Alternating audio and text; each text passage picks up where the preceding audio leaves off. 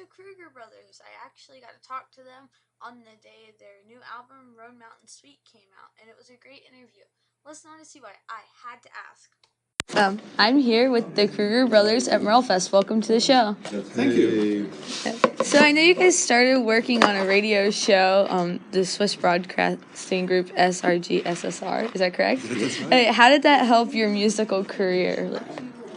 Well, it helped us, because we had a band, Uwe, and me and my wife, and we were called the Appalachian Barn Orchestra. And then when we got our own radio show on Swiss Radio, we called our show the Kruger Brothers Radio Show.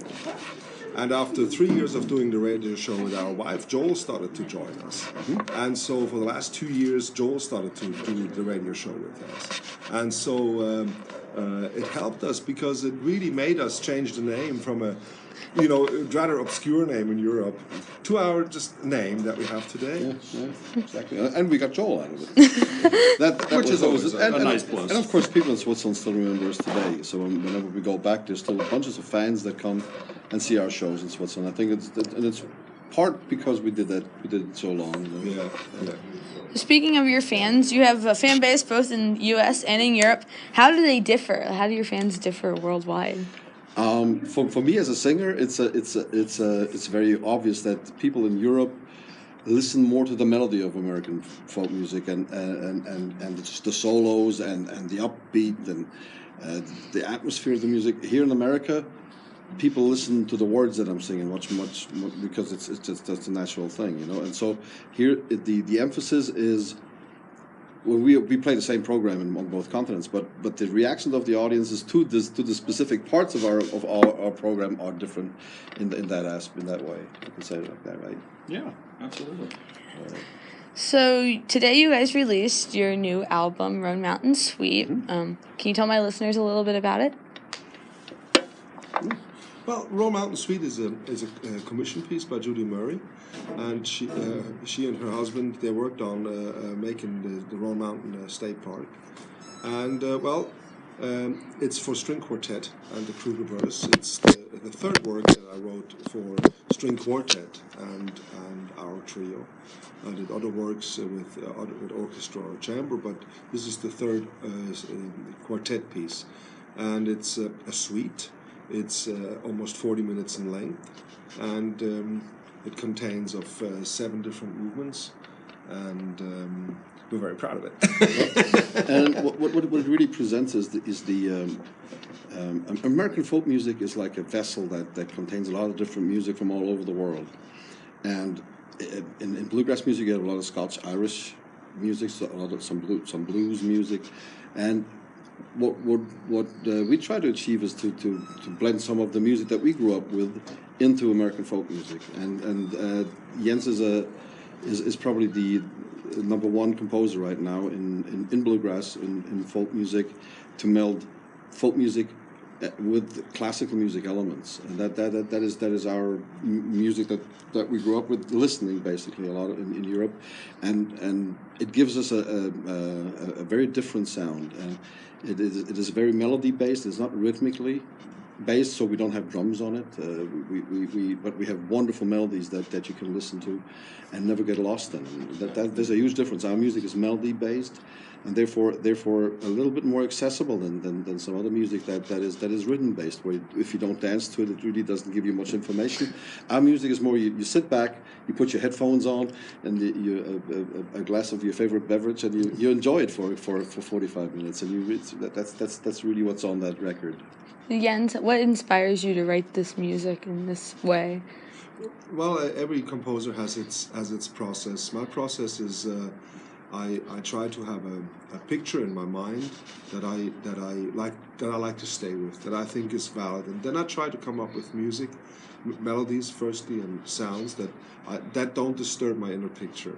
And you know how it is sometimes when you wake up in the morning, you had a beautiful dream, and you wake up and you've forgotten it halfway, and then you go, what did I dream about? That was really nice. And sometimes it's difficult, because reality takes over and destroys the inner picture. You can have also a beautiful daydream, and then the teacher says, hey, pay attention, and you forget of what you dreamed about. And it's the same. So as a musician, I had to learn, for me as a composer, to remember of what I really dream about, and don't would have it disturbed by my own actions, playing an instrument.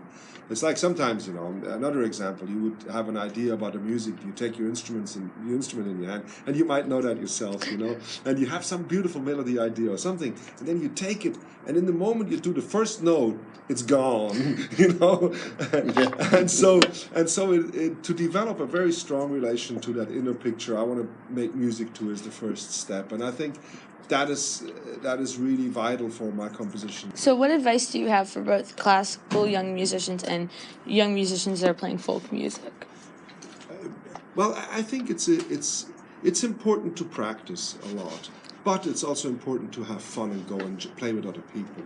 Music, I've met people who can read music and play really well, but I've also met a lot of people who can't read music and have a great career in music, because music is about taste. It's about making decisions that make a sort of atmosphere, and it's like a cook. Some cooks, chefs, they could be very scientific about what happens exactly to the food. Others know what just works, and this is the same a little bit with musicians. And I think it's very important for musicians to get together and jam. For instance, if you're a classical violinist or a violist or cellist, go to a fiddle convention once and just sort of try to play along and learn the fiddle tunes just a little bit, or the other way around. If you're a fiddler, why don't you learn just the basics of let's say sheet music, just very simple, and start learning tunes from sheet music and trying to have a little more access to that world. I also think sometimes it's important for fiddlers to learn a correct, not a correct, but just a technique that allows them easier to get around on the instrument. Because sometimes I see people having very problems with their backs or having really cramps in their arms because nobody ever really showed them how to. Unnecessary struggle, really. Yeah, unnecessary struggle. So if you could sometimes, just find somebody who's a good violin player and use some of the hundreds of years of evolution of how to play the instrument and knowledge. And take advantage of that. Take advantage of that. And that doesn't mean that you have. I think it's just important to go out in the world and try as much as you can to have fun with people. Because it's about people being together, making beautiful music. Music is a reflection of life.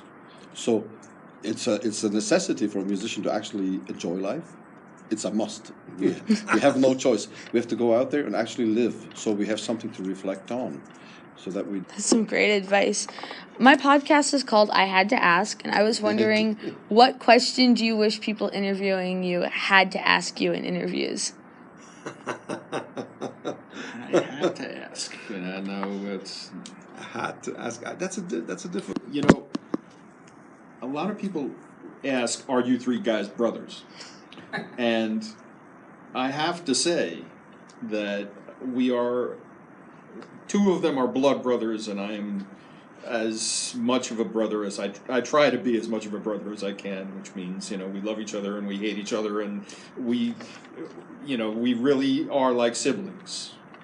But if you could go back in time and give a younger you advice, what would you say? I would say definitely do two things. I would say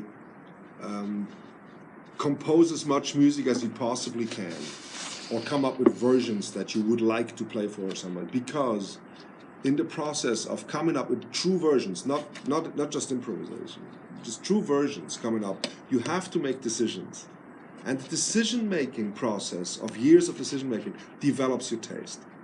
You become. For me, one very simple thing, I'd go back and say, don't ever start smoking and learn how to read music. Because if you smoke, you waste a lot of money.